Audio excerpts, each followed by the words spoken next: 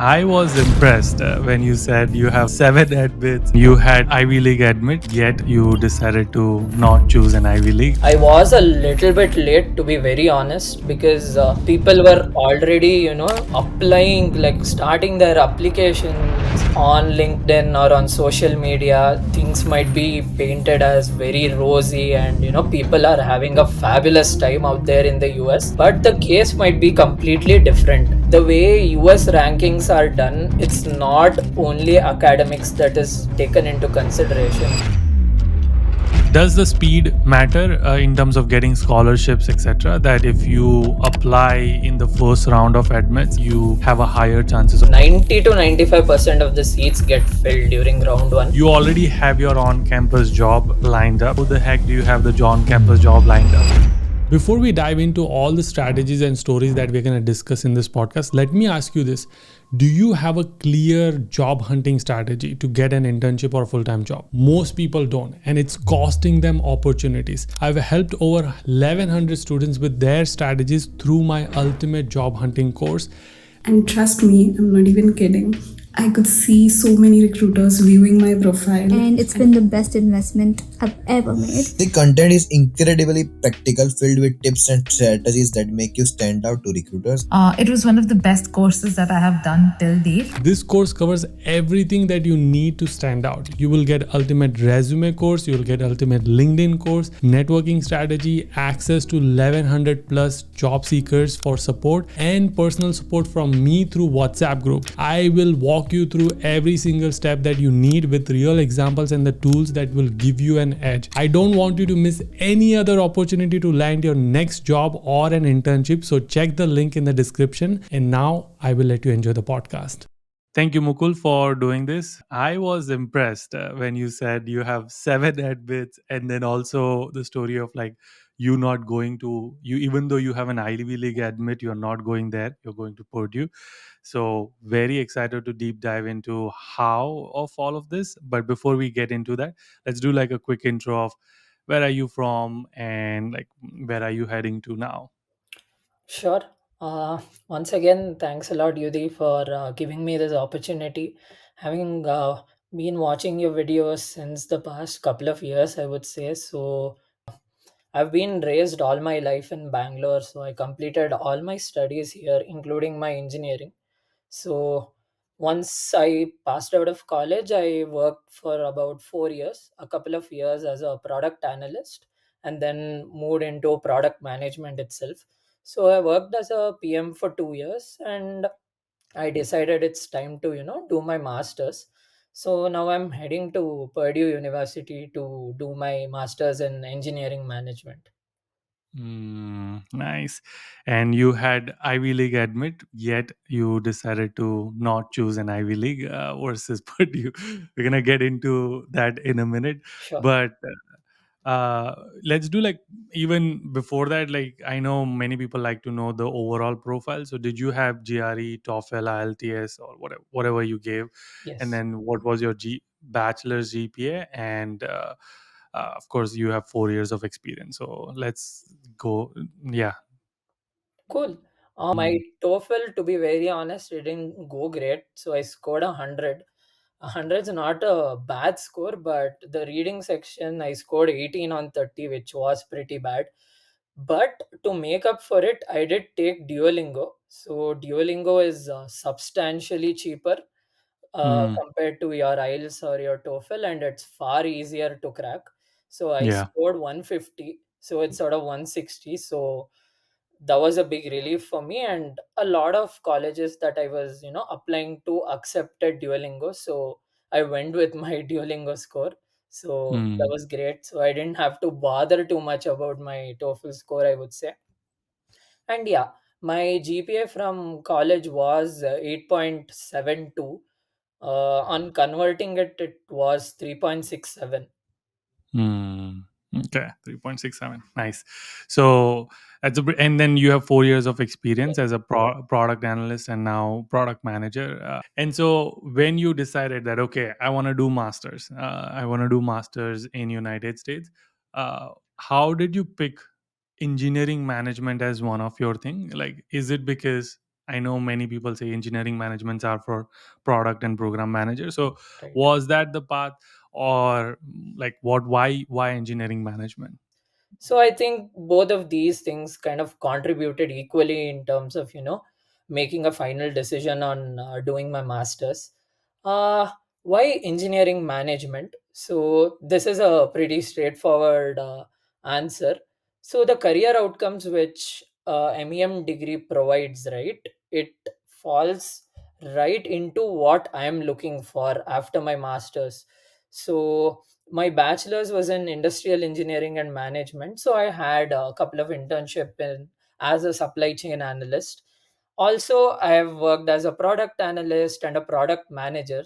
So these three roles are probably the three most popular roles once you graduate from an MEM program. So it Hmm. was kind of a no-brainer, and this was the only degree to which I kind of applied to as well. So I didn't think of an MIS or an MBA or anything else. So it was just MEM from the get go. Hmm. Nice. And so, how did you know the career outcomes of MEMs? Sure. So, like, I have a couple of close friends who have done their MEMs, and once done it in Northeastern. I have a friend in John Hopkins, and one of my cousins, he kind of, graduated from a very like early cohort of an MEM. I mean, it was used to be called project management back in the day. Hmm. Hmm. So I think MEM kind of stemmed from a project management or an industrial engineering and management degree, right? So I got great insight from these people, and also kind of researched on the career outcome from college websites as well. So I think Hmm. this info was good enough for me to take the decision. Hmm. Got it. Okay. And so you applied to 7 universities and you got admits from all the seven. Do you remember all the seven? Sure. Yes, I do. Um, what I kind of did was I kind of applied it in three buckets. So Hmm. it's called as a safe bucket. There's a target Yeah. bucket and there's an ambitious bucket. So the safe one was UT Dallas. So it was Masters in Management Science. So yeah, I have a lot of friends there. So that was the main reason why I kind of applied to it. Then moving on to my target universities were NCSU, Northeastern, and UT Austin. UT Austin was probably the only one I kind of regret applying to because it's a part-time program.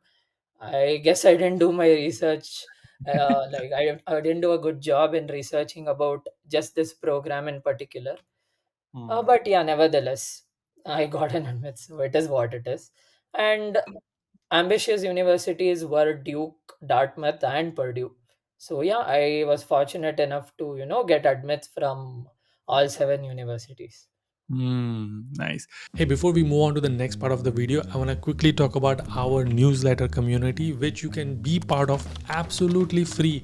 We are now going strong and we have more than 40,000 people in our newsletter community. So imagine 40,000 people are receiving my newsletter every single week, twice a week, where I break down all of the stories that we did and make it a valuable resource for you. So if you're someone who doesn't have time to watch this and you just want to get an email with all of the resources into an email, that is the place to be. I'll put the link in the description. I'll give you some example. This is the one for Tanvi, where how she got 2 co-ops and she paid off her entire master's fees. This is an example of Maya, where she got 3 co-ops and she paid off her fees plus a little bit of savings. Here is an example of Sahil, who got his green card in 3 years. Here is an example where we shared bunch of resources on job hunting. So I promise this is going to be valuable resource for you, and it doesn't cost you anything. If you want to be part of our newsletter community, link will be in the description, or you can go to link.udj.com/newsletter. This is the URL. And now I'll let you enjoy the video. Did you have any scholarship? Purdue doesn't offer any scholarship because one, it's a Hmm.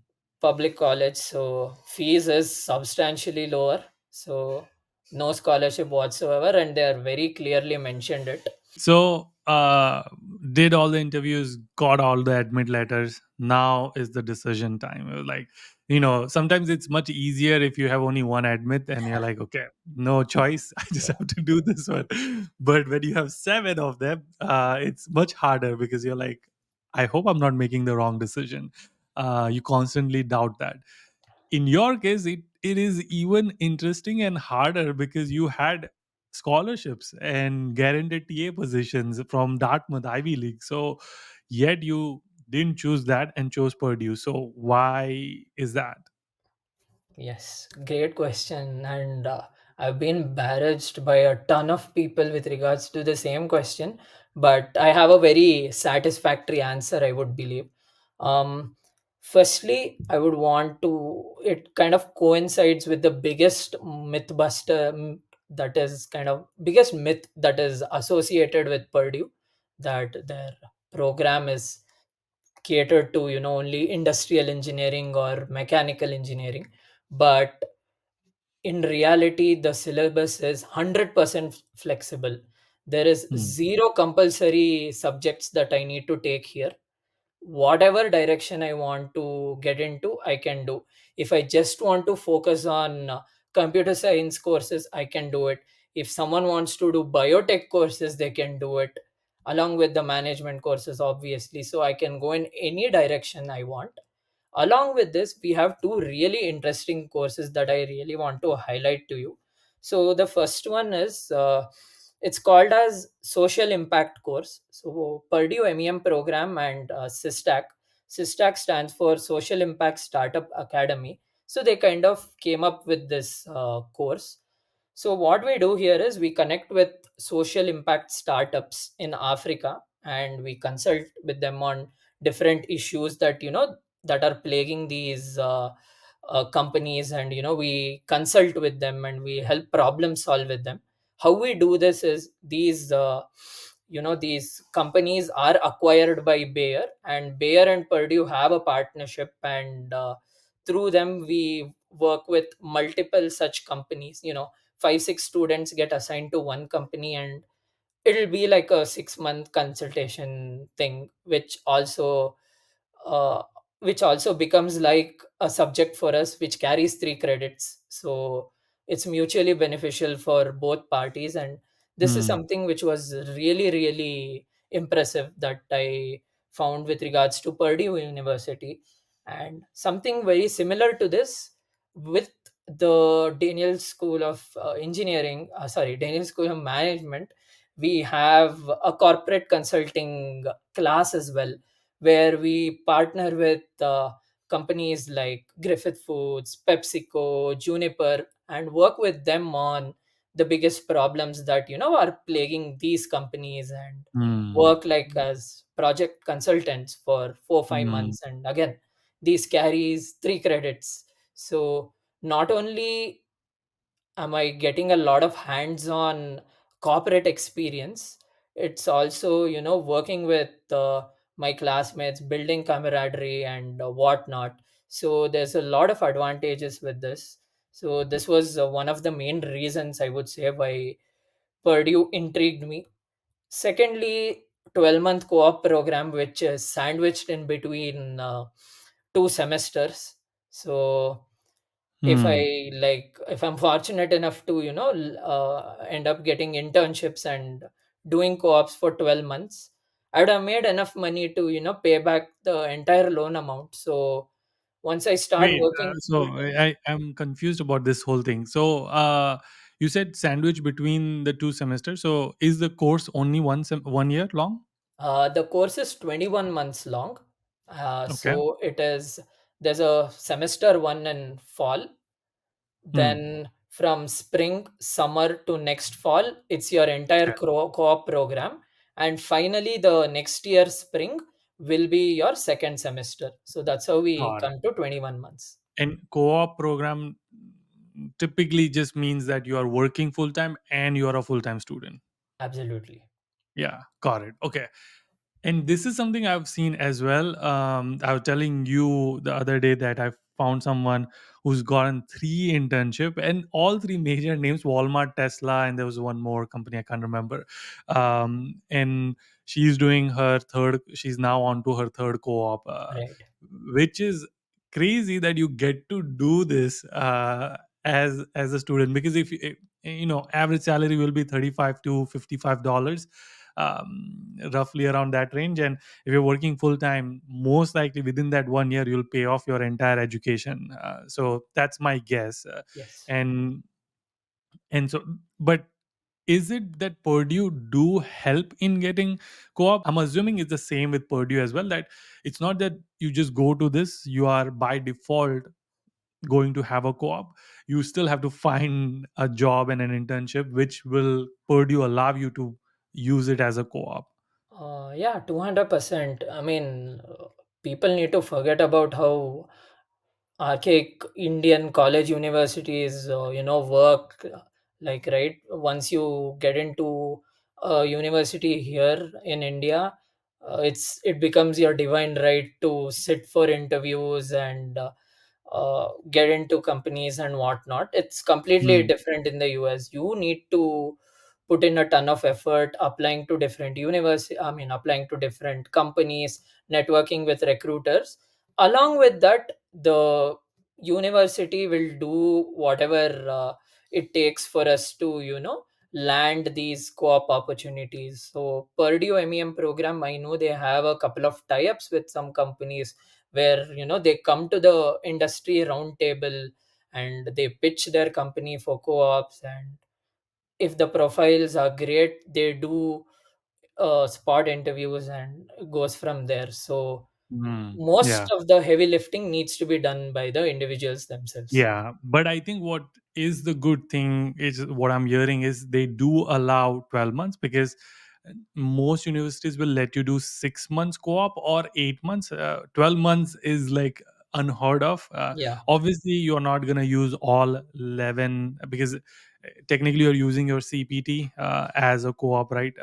So if you use more than 364 days, then you are not eligible for Huh. OPT, right? So you but you are not gonna do that. You are gonna stick under that 12 months, and yeah, 2 semesters like you said, or 3 semesters, summer, Yeah. fall, spring. So that'll be great. So that those were your main reasons for choosing Purdue over other universities. One another thing before we end the call is, you mentioned before we started recording, you already have your on campus job lined up, and it's July right now. You're going to be going in August sometime. How the heck do you have the John campus job lined up?